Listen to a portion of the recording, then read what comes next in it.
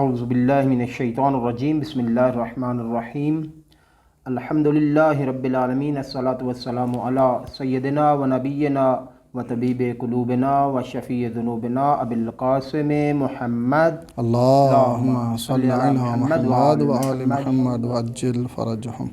عزیزان گرامی قدر، ناظرین محترم، ہم آج ہمارے پروگرام کا دوسرا سیشن جو ہے وہ شروع ہو رہا ہے، اور اس سیشن کا موضوع جو ہے وہ پرواز معنوی ماہ مبارک رمضان میں ہم نے رکھا تھا کہ کس طریقے سے اور کون کون سے اسباب اور کون کون سی مناجات اور کون کون سے وسائل کو بروئے کار لایا جائے کہ جن کے ذریعے سے اس ماہ مبارک رمضان سے بھرپور فائدہ اٹھایا جا سکے، اور معصومین علیہ السلام کی دعاؤں سے، مناجات سے ہم جو ہے تمسک کرتے ہوئے اپنے مہمان گرامی حجت الاسلام والمسلمین علی محمد رضوانی صاحب کو کل کی طرح ہم نے دعوت دی۔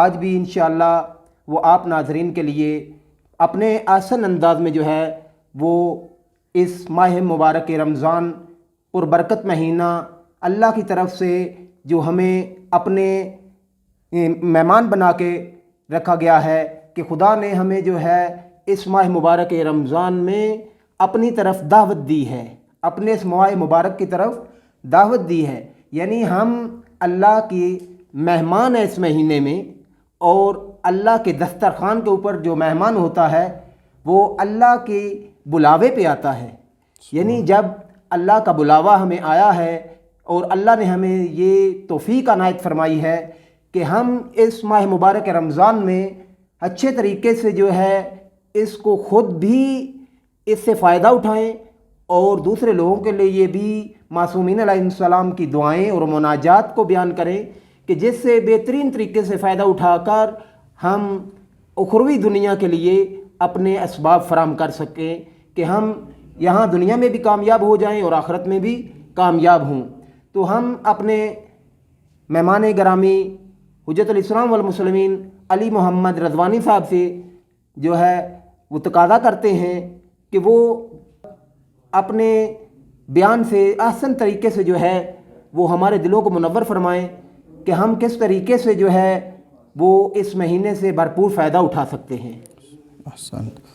السلام علیکم ورحمۃ اللہ وبرکاتہ۔ بسم اللہ الرحمن الرحیم۔ رب ادخلنی مدخل صدق واخرجنی مخرج صدق واجعل لی من لدنک سلطانا نصیرا۔ اما بعد، بسم اللہ الرحمن الرحیم۔ هو شہر دعیتم فیہ الی اللہ۔ ماشاءاللہ۔ ناظرین محترم، سامعین گرامی، مومنین دنیا کے جس کونے اور جس نگری میں بھی زندگی کر رہے ہیں، خداوند منان ان کو اپنی حفظ و امان میں رکھے۔ ہم تمام مومنین اور سامعین کے لیے حضرت فاطمہ معصومہ سلام اللہ علیہ کے روضہ اقدس سے ان کے لیے نائب و زیارت بھی ہیں، اور جو حاجات ہیں مومنین کی، ہم ان کی طرف سے نائب و زیارہ ہو کے حضرت فاطمہ سلام اللہ علیہ کو ایک ارادت پیش کرتے ہیں، سلام عرض کرتے ہیں۔ السلام علیکی یا بنت رسول اللہ، السلام علیکی یا عمت ولی اللہ، السلام علیکی یا اخت ولی اللہ، السلام علیکی یا بنت موسی بن جعفر، یا فاطمۃ اشفعی لنا فی الجنہ فإن لکی عند اللہ شأنا من الشأن ورحمۃ اللہ وبرکاتہ۔ برادران ارجمند، جیسا کہ سید بزرگوار حجت الاسلام سید قمر عباس نقوی صاحب بہت بڑی شخصیت ہیں، الحمدللہ عظیم اہل علم اور اہل فضل ہیں، یہ لطف ہے پروردگار کا کہ ہم کو ان جیسے بزرگوں اور دوستوں سے، ان کی صحبت سے مستفید ہونے کا شرف حاصل کیا ہے، تو یہ ذات پروردگار کا لاکھ لاکھ شکر ہے۔ لہٰذا ہم اپنی کل کے بحث کو اور عنوان کو آگے جس طرح آپ نے فرمایا آیات اور روایات کے روح سے، تو ہم دیکھتے ہیں کہ یہ مہینہ جس کو کہا گیا ہے یا ایھا الناس الیکم، کہ تمہاری طرف آیا ہے، آ رہا ہے، کون ہے؟ جو بالبرکت ہے والرحمت ہے۔ یہ وہ مہینہ ہے جو بابرکت مہینہ ہے، یہ وہ مہینہ ہے جس میں رحمت الہی کی بارشیں نازل ہو رہی ہیں، یہ وہ مہینہ ہے جس میں رحمت ہی رحمت ہے، تو یہ عظیم مہینہ ہے، اس میں بہت خوش بخت انسان وہ ہے، وہ سعادت مند انسان ہے جو اس بابرکت مہینے سے مستفید ہو۔ لہٰذا روایت میں ملاحظہ کیجئے کہ میں آپ کی خدمت میں عرض کروں کہ جس طرح کے روایات میں ہے کہ اِنَّا لِلَّهِ مَائِدَةً، خدا کے لیے، خدا کا دسترخوان ہے، ماشاءاللہ، دسترخوان خدا کا۔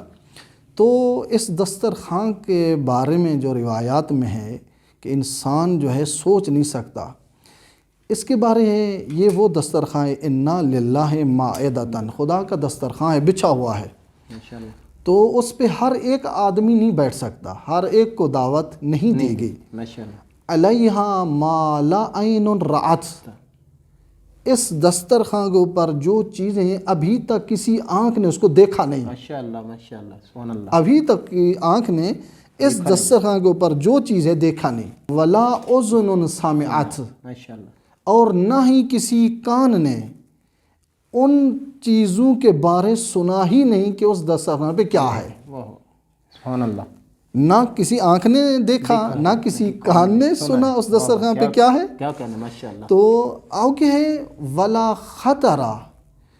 ولا خطر فی قلب بشرن، ابھی تک کسی بشر، کسی انسان کا ذہن خطور ہی نہیں کیا کہ اس پہ کیا ہے، ماشاءاللہ، ماشاءاللہ، نہ کان نے سنا ہے، نہ آنکھ نے دیکھا ہے، نہ کسی بشر کے ذہن نے خطور کیا ہے کہ اس کے اندر کیا ہے، اس دسترخوان کیا اوپر ہے۔ لا یقعدو، بہت عظیم حدیث ہے، سامعین ناظرین خدمت عرض کر رہا ہوں، دقت کی ضرورت ہے یہاں پہ۔ لا یقعدو علیہا الا الصائمون، ماشاءاللہ، یعنی اس دسترخوان کی بالخصوصیت کیا ہے، جو اللہ کا بچھا ہوا دسترخوان ہے، خدا نے مہمانوں کو بلایا ہے، ماشاءاللہ، اس کے اوپر کیا ہے نہ ابھی تک کسی آنکھ نے دیکھا، نہ کان نے سنا، اور نہ کسی انسان کے ذہن نے خطور کیا کہ اس کے اوپر کیا ہوگا، اور اس پہ کوئی نہیں بیٹھے کا مطلق ہے، لا یقعدو، کوئی نہیں بیٹھے کا الا الصائمون، ماشاءاللہ، سبحان اللہ، اس دسترخوان، اس پروردگار کا جو دسترخوان بچھا ہوا ہے، سوائے روزے والے افراد جو روزہ رکھتے ہیں، صاحب صائم ہیں، وہ اس دسترخوان پہ بیٹھیں گے۔ سبحان اللہ، سبحان اللہ، یعنی آپ دیکھیے کتنا ایک اس روزے ماہ مبارک جس کو بابرکت کہا گیا ہے، تو اسی لیے جب دوسری روایات میں انسان دیکھتا ہے تو روایت میں یہ لفظ ملتا ہے کہ وہ شخص، وہ انسان، وہ یہ تصور کرے گا، کہے گا کہ لو یعلم العبد ما فی رمضان، اگر کسی کو یہ پتہ چل جائے نا ماہ رمضان کی برکات کیا ہیں، ماہ رمضان کی فضیلت کیا ہے، لا ودہ ان یکون رمضان السنہ، تو وہ شخص آرزو کرے گا، خدا کی بارگاہ میں التماس کرے گا، گڑ گڑا کے روئے گا کہ خدایا پورے سال کو ماہ مبارک رمضان قرار دے۔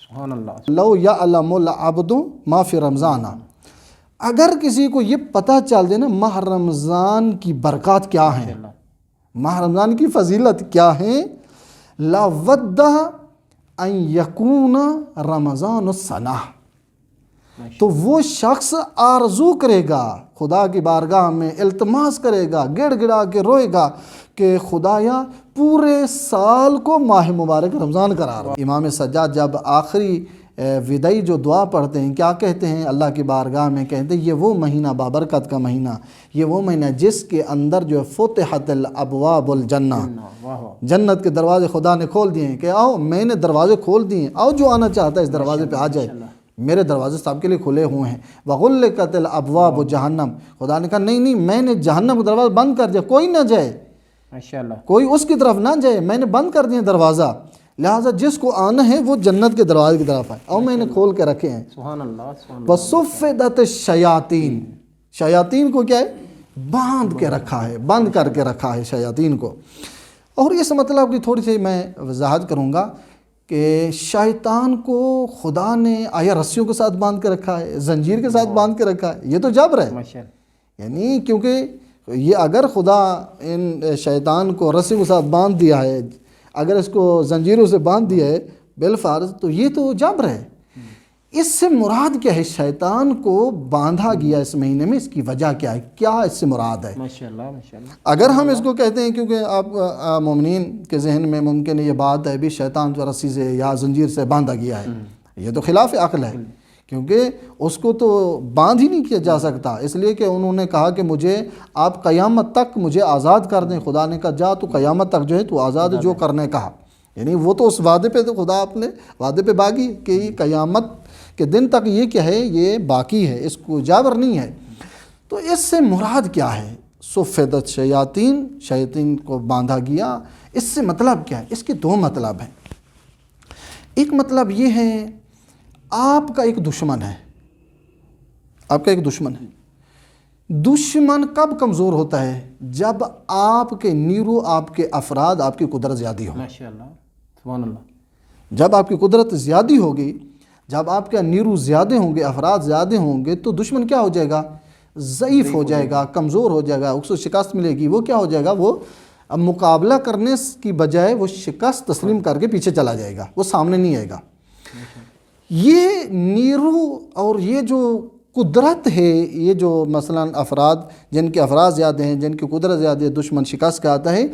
اس سے مراد کیا ہے؟ اس سے مراد یہ ہے، جب کوئی روزے والا آدمی، جب کوئی انسان روزہ رکھتا ہے ماہ مبارک رمضان میں، تو خدا نے اس کے بارے کیا فرمایا؟ ما یعلم عددا الا اللہ.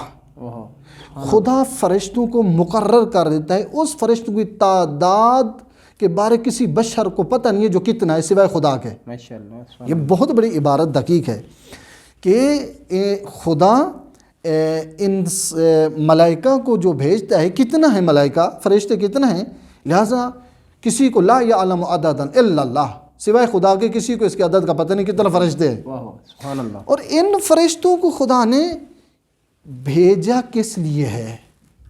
ان فرشتوں کو کس لیے بھیجا ہے؟ ان اللہ عز وجل وکل اللہ ملائکتہ، خدا نے ملائکہ کو وکیل قرار دیا، موکل بنا دیا. کہا تم موکل ہو کس چیز کے بارے؟ بالدعاء الصائمین. سبحان اللہ.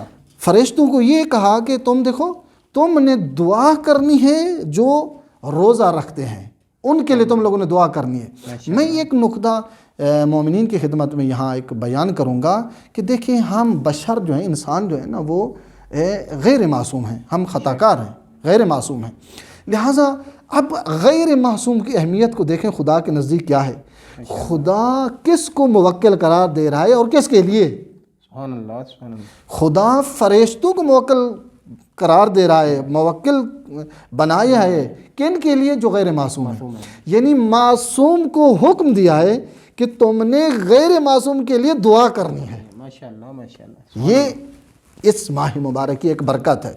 لہٰذا جب فرشتے ہزاروں کی، کروڑوں کی تعداد جب ایک روزے دار کے لیے دعا کریں گے، تو اس کی طاقت اور قدرت کیا ہو جائے گی؟ بڑھ جائے گی، کیونکہ اس کے پشتوانہ ملائکہ ہیں. تو اس کا مطلب ابھی واضح ہو جاتا ہے کہ یہ جو ہے نا، صفدت شیاطین، شیاطین کو باندھا گیا ہے. اس سے مطلب یہ ہے کہ خدا روزے دار آدمی کے پیچھے اور ان کے لیے فرشتوں کی لاتعداد کو موکل قرار دیتا ہے. وہ جب دیکھتا ہے کہ میرا جو سامنے والا اس کی تعداد زیادہ ہے، یہ شیطان شکست تسلیم کر کے واپس ہو جاتا ہے.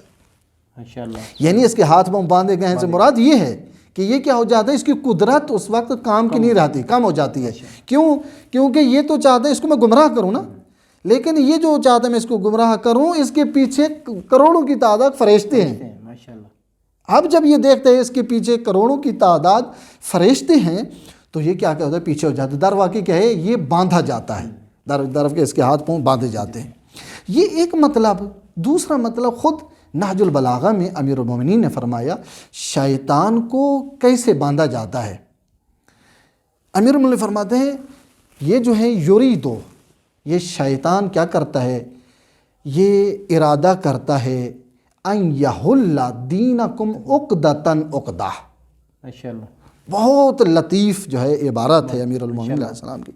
فرماتے ہیں شیطان جب بھی کسی کی گمراہی کے لیے آتے ہیں نا، فوراً آ کے حملہ نہیں کرتا، بلکہ کیا کرتا ہے قدم بے قدم سٹیپ بہ سٹیپ غیر محسوس طریقے سے کیا ہوتا ہے یہ وارد ہوتا ہے، انسان کو مختلف طریقے سے گمراہ کرتا ہے۔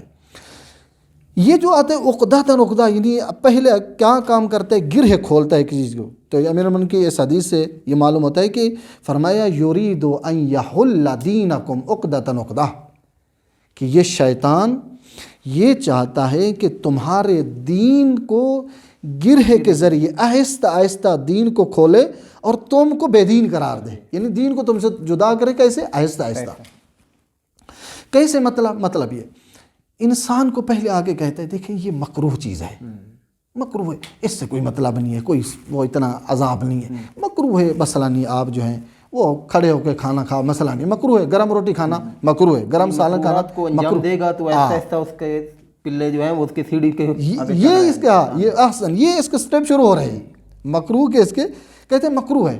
اب جب انسان سوچتے ہیں یہ مکروہ اتنا تو وہ مسئلہ نہیں، گرم ہے، اب مکروہ سے آہستہ آ جائے کہ مستحبات کی طرف، چلو میں ظہر کی 4 رکعت پڑھتا ہوں، 2 رکعت مستحب ہے چھوڑ دوں، چلو وہ تھکاوٹ ہے، پریشانی ہے۔ یہ پھر کیا ہے آدمی کو مکروہ کی طرف میل کر دیا، سست کرتا جا رہا ہے اور مستحبات کو چھڑواتا ہے، دور کروا رہا ہے۔ پھر نوبت آتی ہے، مرحلہ آتا ہے کس کا؟ واجبات اور محرمات کا۔ پھر فوراً کہتے ہیں کیا ہے مسئلہ، 1 گھونٹ شراب کا پی لیا تو کون سا عذاب ہو جائے گا، کیا تکلیف ہوگی، کوئی مسئلہ نہیں، اگر ہم نے 1 جھوٹ بول لیا تو کیا ہوگا، چلو توبہ کر لیں گے۔ اچھا کسی کیا کہتے ہیں کسی کو 1 تھپڑ مار دیا تو کیا ہوگی، چلو اس سے کسی کی غیبت کر لی، یعنی معاشرے میں جو برائیاں پائی جاتی ہیں ان کے نزدیک ایسا ایسا لے کے جاتے ہیں، یعنی یہ چلو کسی کی غیبت کر لی، چلو کیا مسئلہ۔ اب یہ غیبت حرام، جھوٹ حرام، شراب حرام، تہمت حرام، کسی کی عزت و آبرو کو تباہ کرنا حرام، یہ حرام ہے۔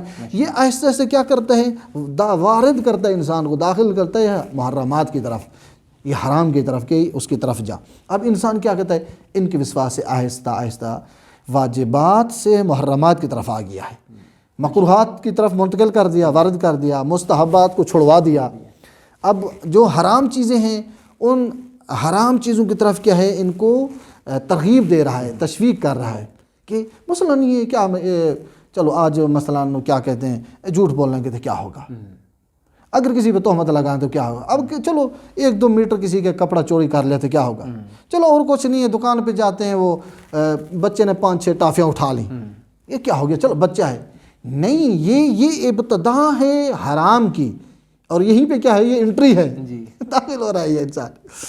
تو امیر المومنین نے فرمایا پس تمہارے دین کو شیطان آہستہ آہستہ تجھ سے چھینتا ہے، ماشاءاللہ، اور گرہ آہستہ آہستہ کیا کرتا ہے واجبات کے گرہ کو وہ کھولتا ہے، محرمات کی طرف منتقل کرتا ہے، مکروہات کے جو ہے آپ کو وہ انجام دلواتا ہے، اور اسی طرح مستحبات آپ سے یہ چھڑوا لیتا ہے، آپ کو دور کرتا ہے مستحبات سے۔ تو اس کا مطلب ہے کہ شیطان کو کیا ہے شیطان باندھا گیا۔ جب انسان مستحبات انجام دیتا ہے تو قدرت زیادہ ہوتی ہے، جب واجبات کو انجام دیتا ہے تو قدرت زیادہ ہوتی ہے، محرمات چھوڑتا ہے، مکروہات چھوڑتا ہے۔ اب جب اس کی قدرت زیادہ ہوگی ہے اب شیطان اس کا مقابلہ نہیں کر سکتا۔ مستحبات سے انسان کی قدرت بڑھتی ہے، واجبات سے انسان کی قدرت بڑھتی ہے۔ جب یہ قدرت انسان کی بڑھتی ہے تو شیطان کمزور ہو جاتا ہے۔ تو روحانی طور پہ اور مانوی طور پہ انسان جو ہے وہ طاقتور ہوتا جاتا ہے، اس کی توانائی جو ہے بڑھتی جا رہی ہے، کیونکہ واجبات سے انسان، اور آپ دیکھیں ملاحظہ کہ روایت میں کیا ہے، مثلا ایک روایت میں یہاں تک کہ آپ جب ماہ مبارک رمضان کی 1 رکعت 70 رکعت غیر ماہ رمضان مبارک کے مہینے میں انجام دو تو ماہ رمضان کی 1 رکعت اس 70 رکعت سے افضل ہے۔ تو یہ کیا ہے، یعنی نیرو ہے، یہ قدرت ہے، یہ واقعی خدا کی طرف سے دسترخوان ہے کہ جس کے اوپر اس نے مختلف انواع کے جو ہے وہ ہمارے لیے کھانے پینے کی چیزیں جیسی ہوتی ہیں، اسی طریقے سے ثواب بھی بڑھانے کے لیے مختلف اللہ تعالیٰ نے جو ہے وہ بہانے بنائے ہیں کہ ہم جو ہے اللہ کی مغفرت کی طرف، اللہ کے مغفرت کے مہینے کی طرف، اس کی رحمت کے مہینے کی طرف جو ہے لپکیں، اس کی طرف بڑھیں اور کوشش کریں اس مہینے میں۔ سبحان اللہ۔ جی بالکل، جیسا کہ آپ سید بزرگوار آپ نے عرض کی ہے ویسے ایسے اب یعنی شیطان کو یوں باندھا جاتا ہے، شیطان کوئی رسیاں نہیں ہے، شیطان کو کوئی زنجیر نہیں ہے، تو شیطان کو ان اعمال کے ذریعے باندھا جاتا ہے کہ اس کی قدرت کیا ہو جاتی ہے، کمزور ہو جاتی ہے، اور اس کی نیرو جو ہے وہ ضعیف ہو جاتی ہے، اسی وجہ سے کیا ہے یہ کمزور ہو جاتا ہے، شکست تسلیم کرتا ہے، انسان کے مقابلے میں نہیں آتا۔ تو جی آپ کوئی درمیان میں بفرمائیں۔ تو یہ ماہ رمضان المبارک کی فضیلت جو ہے یعنی احادیث کی روح سے اور قرآن مجید کی آیات کی روح سے ماشاءاللہ حجت الاسلام والمسلمین علی محمد رضوانی صاحب بیان فرما رہے ہیں۔ اور ہم یہ پوچھنا چاہیں گے کہ قبلہ یہ یہاں پہ جو آپ نے کل بھی اس ٹاپک کو جو ہے وہ خطبہ شعبانیہ کے اندر لے کے گئے کہ خطبہ شعبانیہ کے ذریعے سے یعنی وہاں پہ رسول خدا صلی اللہ علیہ وآلہ وسلم جو ہیں وہ کس طریقے سے بیان کر رہے ہیں کہ یہ کیسا مہینہ ہے، اس کی فضیلت کیا ہے، اور یہ آپ کی طرف کون سا مہینہ آ رہا ہے، یہ اس کے کون سے دن ہیں، کہ اس کی کون سی ساعتیں ہیں کہ جس کے اندر اعمال آپ کریں گے تو وہ یعنی مہینے سارے خدا کے ہیں، دن سارے خدا کے ہیں، ساعتیں ان لحظے دقیقے یعنی یہ منٹ سیکنڈ یہ سارے کے سارے خدا کے ہیں، اس کی ملکیت ہے۔ لیکن خدا نے اس مہینے میں جو فضیلت رکھی ہے، اس ماہ مبارک کو جو فضیلت دی ہے، اس کو ذرا بیان کیجیے گا۔ جیسا کہ ہم نے کل بھی اشارہ کیا اس مطلب کی طرف خطبہ شعبانیہ سے، اور امیر المومنین نے جیسے کہ فرمایا پیغمبر نے ہمارے لیے خطبہ دیا، اس میں مثلاً ہم نے کچھ مطالب بیان کیے، تو ان میں سے ایک مطلب یہ تھا کہ ایامہ افضل الایام، ماشاءاللہ، کہ ماہ مبارک رمضان کا جو دن ہے یہ افضل ترین دن ہے، ماشاءاللہ، اور ولیالی ہیں افضل اللیالی، ماشاءاللہ، اور اس کی جو راتیں ہیں افضل ترین راتیں ہیں۔ ماشاءاللہ، آپ دیکھتے ہیں شب قدر کی راتیں کی فضیلت کتنا ہے، وما ادراک ما لیلۃ القدر۔ ماشاءاللہ، آپ لیلۃ القدر کو کیا سمجھتے ہیں کیا ہے؟ اصل لیلۃ القدر کیا ہے؟ یعنی بشر کو خدا بتا رہے، آپ کی بس کی بات نہیں، آپ سمجھیں۔ واہ واہ، سبحان اللہ، تنزل الملائکہ، یہ وہ رات ہے جس رات میں ملائکہ کا نزول ہوتا ہے، ماشاءاللہ، سبحان اللہ، اور یہ ملائکہ نازل ہوتے ہیں، اور کیا کرتے ہیں نازل ہو کے؟ یہ وَيَسْتَغْفِرُونَ، یہ استغفار کرتے ہیں ان لوگوں کے لیے جو کیا ہیں اس ماہ مبارک رمضان سے مستفید ہوتے ہیں، ماشاءاللہ، سبحان اللہ، ماہ مبارک رمضان میں مستفید ہوتے ہیں ان لوگوں کے لیے۔ ملائکہ، میں نے پہلے بھی عرض کی ہے، ملائکہ فرشتے معصوم ہیں، اور جن کے لیے موکل قرار دیے گئے ہیں ملائکہ کو کہ آپ ان کے لیے موکل ہیں، ان کے وکیل ہیں، اور ان کے بارے میں آپ نے دعائیں کرنی ہے، وہ غیر معصوم انسان ہے، بشر غیر معصوم ہے۔ تو اس ماہ مبارک رمضان کی برکات آپ دیکھیں، پیغمبر نے فرمایا اس کی پہلی برکت ہے وَهُوَ شَهْرٌ دُعِيتُ مِنَ اللَّهِ، بابا یہ وہ مہینہ ہے جس مہینے خدا تجھے بلا رہا ہے، ماشاءاللہ، او میرے پاس، میں خدا تجھے بلا رہا ہوں، میرا دسترخوان لگا ہوا ہے، او میرے پاس۔ اور اس کی جو ہے کیا ہے وہ نومکم فیہ عبادہ، ماشاءاللہ، انسان تو ویسے مثلاً اپنے استراحت کے لیے، اپنے سکون کے لیے سوتا ہے، لیکن خدا کہتا ہے تیرا یہ سونا میں عبادت میں تبدیل کر دوں گا، سبحان اللہ، تو سو رہا ہے لیکن دیکھ تیرے سونے کو میں عبادت میں تبدیل کرتا ہوں۔ اور وَأَعْمَالُكُمْ مقبول ہے، مثلا آپ کے اعمال جو ہیں وہ مقبول ہیں۔ سبحان اللہ، آغا سید، میں مومنین کی اور ناظرین کی خدمت میں یہ بات حتماً عرض کروں گا کہ اس مطلب کی طرف دقت کی ضرورت ہے کہ یہ 100% گارنٹی ہے آپ کے اعمال کی، خدا دے رہا ہے، اور یہ کس کی زبان سے یہ الفاظ جاری ہیں؟ جو معصوم ہے، جو حجت خدا ہے، جو انسان کی ہدایت کے لیے بھیجا گیا ہے، ماشاءاللہ، سبحان اللہ، جو وما ارسلنا کا الا رحمت للعالمین جس کا لقب ہے، ماشاءاللہ، وہ بیان کر رہا ہے، کہتے ہیں اس مہینے گارنٹی ہے تمہارے اعمال کے قبول ہونے کی۔ آپ زکوٰۃ دیتے ہیں، قبول ہے، خمس دیتے ہیں، قبول ہے، آپ کسی یتیم پر رحم کرتے ہیں، ان پہ احسان کرتے ہیں، یہ عبادت قبول ہے، مساکین کی مدد کرتے ہیں، یہ آپ کی عبادت قبول ہے، آپ کسی بیوہ کی سرپرستی کرتے ہیں، یہ اعمال قبول ہیں۔ ایک ہمسایہ غریب ہے، ماشاءاللہ، مثلا اس کی بچیاں بیٹیاں جوان ہیں، لیکن ایک مومن کا پیسہ بھی ہے، اس کے بعد زمینہ فراہم بھی ہے، یہ غریب مومن کی بچیوں کی ہیلپ کرتا ہے، ان کو جہیز یا وہ جہیز جو ہے وہ دلوا دیتا ہے، ان کے درمیان میں واسطہ ہوتا ہے، ان کے رشتہ کروا دیتا ہے، یہ عبادت، یعنی ان کے ازدواج کروانے میں جو ہے وہ اس کی مدد کرتا ہے اور ان کے دل کو خوش کرتا ہے۔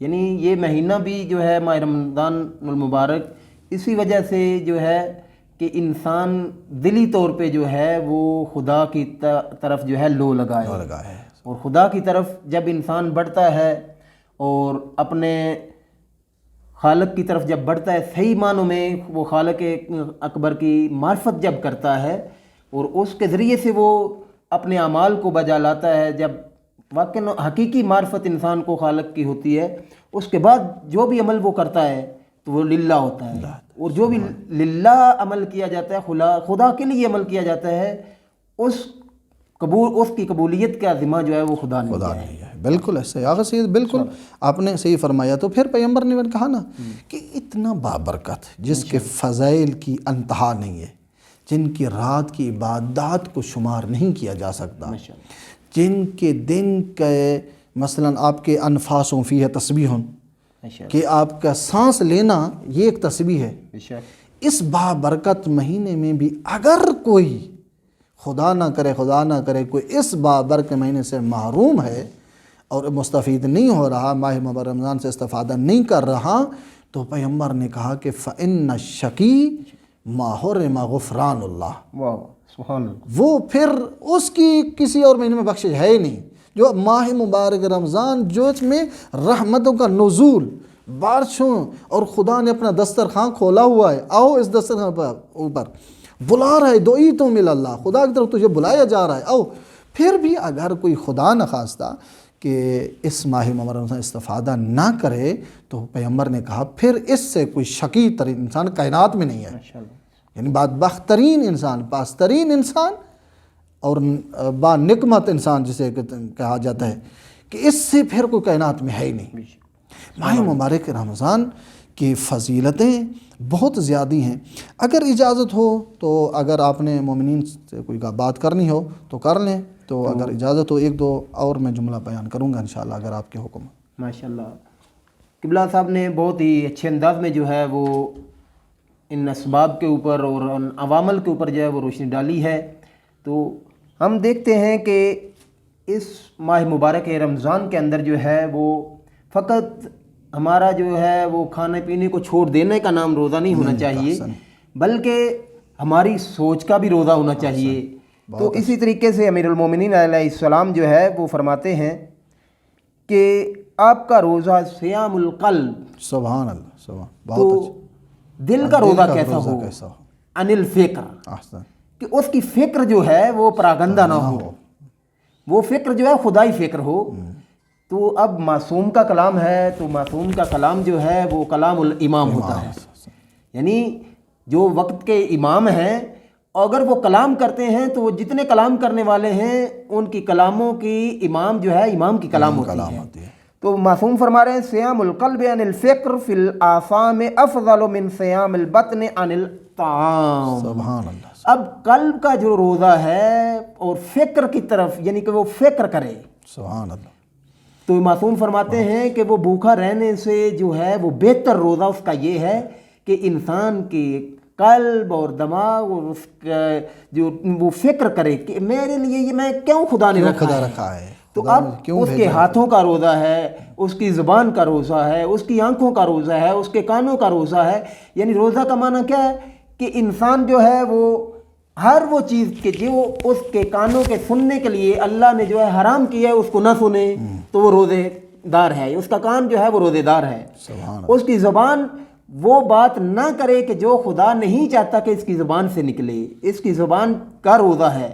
ابھی اس کے دل میں مختلف وسواس آتے ہیں، مختلف جو ہے وہ خیالات آتے ہیں، تو جس کی یعنی جو برائی کی جڑ بنتے ہیں، جہاں سے انسان جو ہے وسواسوں میں پھنستا ہے، تو شیطان کا کام بھی یہی ہے کہ وہ انسان کو پکڑ کے ہاتھ سے فقط جو ہے وہ نہیں لے جاتا، بلکہ وسواس جو ہے اس کے اندر ڈالتا ہے۔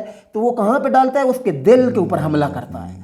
تو انسان کا قلب جو ہے اس میں وسواس آتے ہیں مختلف، کسی کے بارے میں مختلف خیالات، اور یہ وہ جب سوچتا ہے تو پھر اس کی جستجو میں نکل پڑتا ہے، کبھی اس کا جو ہے وہ کوئی عیب ڈھونڈتا ہے، کبھی کہیں پہ کبھی کہیں پہ، یعنی کہ جہاں پہ یہ شیطان جو ہے مردود ہے، نجس ہے، یعنی وہ اسی مکھی کی طرح کہ جس طریقے سے انسان کے جسم کے اوپر خوشبودار ایسے کو چھوڑ کے مکھی وہیں پہ بیٹھتی ہے جہاں پہ گند ہو۔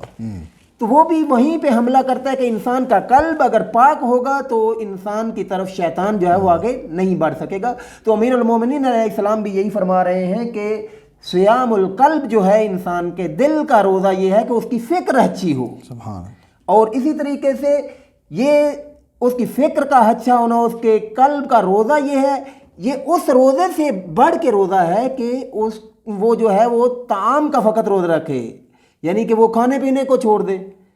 تو ماشاءاللہ تو ہم جو ہے کہ اللہ صاحب سے یہ گزارش کرتے ہیں کہ وہ اخلاقی پہلو میں بھی جو ہے ہمارے نوجوان جو ہے وہ سوال کرتے ہیں اور پوچھتے ہیں کہ یہ اخلاقیات کی طرف ہمیں جو ہے وہ روزہ دار جو ہے وہ کس طریقے کا اس کا اخلاق ہونا چاہیے، اور ہم جب روزہ رکھتے ہیں تو وہ یعنی کچھ لوگ تو ایسے ہوتے ہیں کہ وہ روزہ تو رکھتے ہیں، صبح سحری بھی کرتے ہیں، نماز پڑھی، اور سارا دن جو ہے وہ اپنے انٹرنیٹ کے اوپر جو ہے وہ فلمیں دیکھ کے اور سارا دن اپنے دل کو بہلاتے رہتے ہیں۔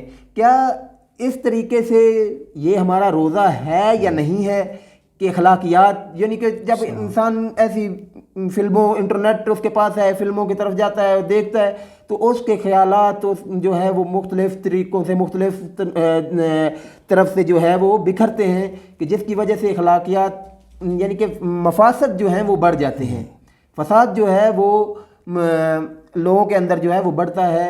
بے شک اس نے کھانا پینا تو چھوڑا ہوا ہے، لیکن جب وہ اپنی نظروں کا روزہ نہیں رکھ رہا ہے، اپنے قلب کا روزہ نہیں رکھ رہا ہے، تو وہ کیسے بچ سکے گا؟ اس کے اوپر ذرا روشنی ڈالیے۔ جی، یہ آپ کی خدمت میں عرض کروں کہ اصل جیسا ہے کہ آپ نے بہترین انداز سے ایک قسم کے روزے کا فلسفے کو بیان کیا ہے کہ امیر المومنین کی زبانی، اور یقین جانیں کہ میں ایک روایت میں دیکھ رہا تھا، ایک شخص آتا ہے حضرت علی کی خدمت میں، تو کہتے ہیں آقا جان جب ہم آپ کے پاس آ کے بیٹھتے ہیں نسدو، ہم محکم ہو جاتے ہیں، دیننا، ہمارا دین کیا ہوتا ہے؟ مضبوط ہو جاتا ہے۔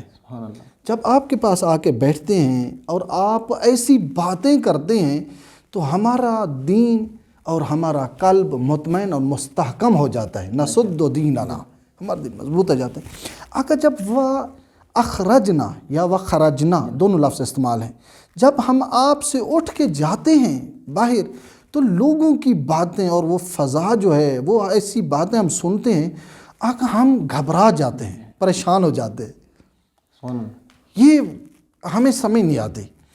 دیکھیں یہ جو مطلب آپ نے بیان کیا ہے، اہل بیت کے امتیاز میں سے، اہل بیت کی خصوصیات میں سے جو خدا نے مخصوصاً اہل بیت کو یہ خصوصیت عطا کی، وہ جاذبہ اہل بیت ہے۔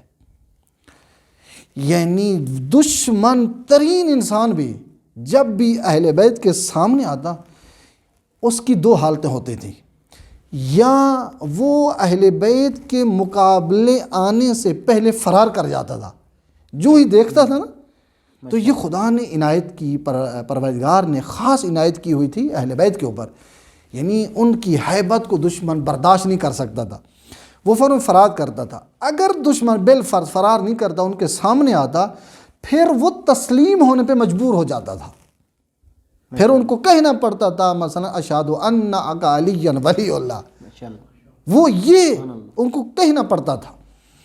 اہل بیت کا جو بیان ہے، اہل بیت کا جو فرمودات ہیں، انسان کی دل کو ہلا دیتے ہیں۔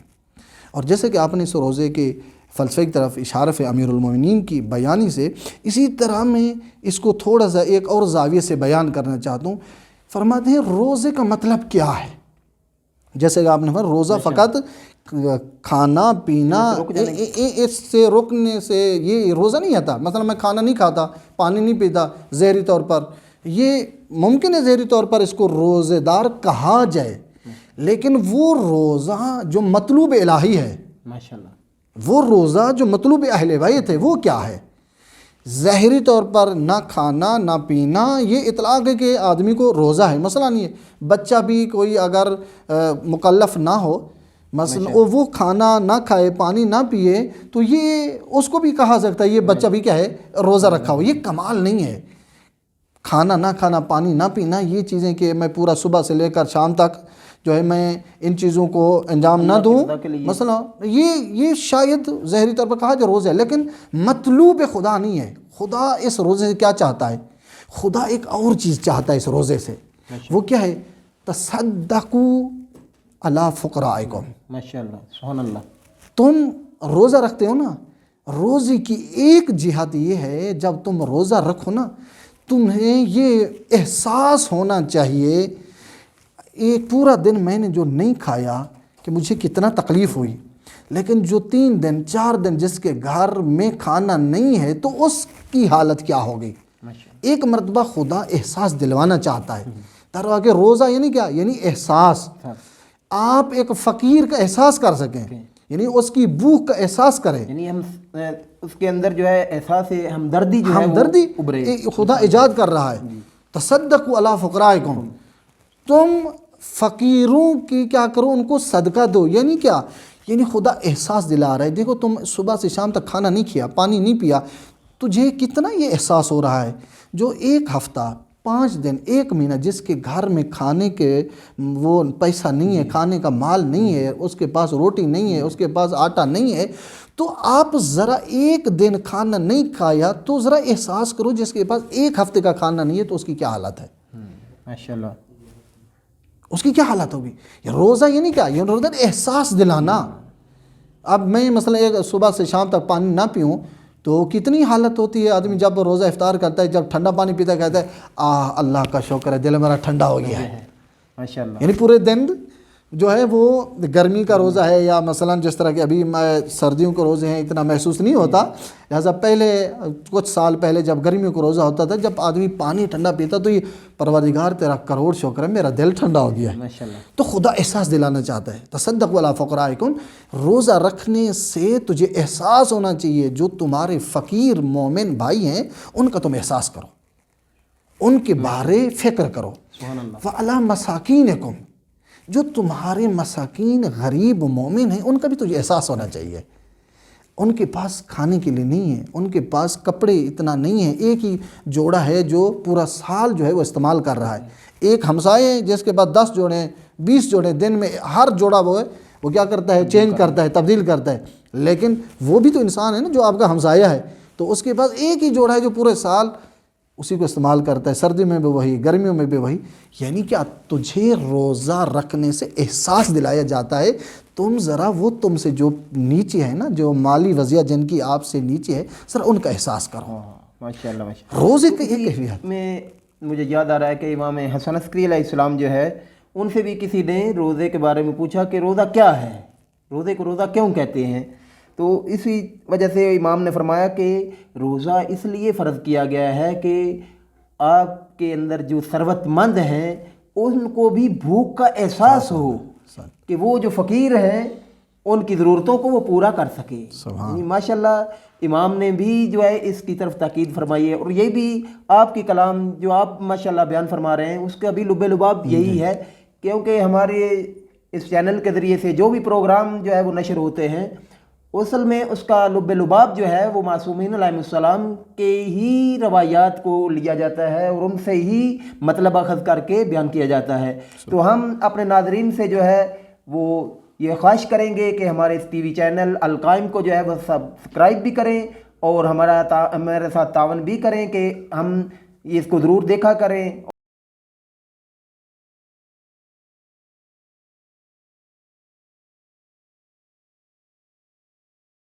اور اس کو دیکھنے کے ذریعے سے آپ لوگوں تک اس کو پہنچائیں گے تو اس کے ذریعے سے بھی آپ کے نامہ اعمال میں اور ہمارے نامہ اعمال میں جو ہے وہ اللہ کے طرف سے جو ہے وہ ثواب لکھا جائے گا اور آپ کے نامہ اعمال میں بھی ثواب لکھا جائے گا۔ اور ماشاءاللہ قبلہ یہ بہت ہی بہترین طریقے سے جو ہے روزہ کے فلسفے کو بیان فرما رہے ہیں۔ ہم آئندہ بھی جو ہے وہ اس طریقے سے ہی انشاءاللہ جو ہے وہ اس کو بیان کرتے رہیں گے۔ وما علینا الا البلاغ المبین۔ السلام علیکم ورحمۃ اللہ وبرکاتہ۔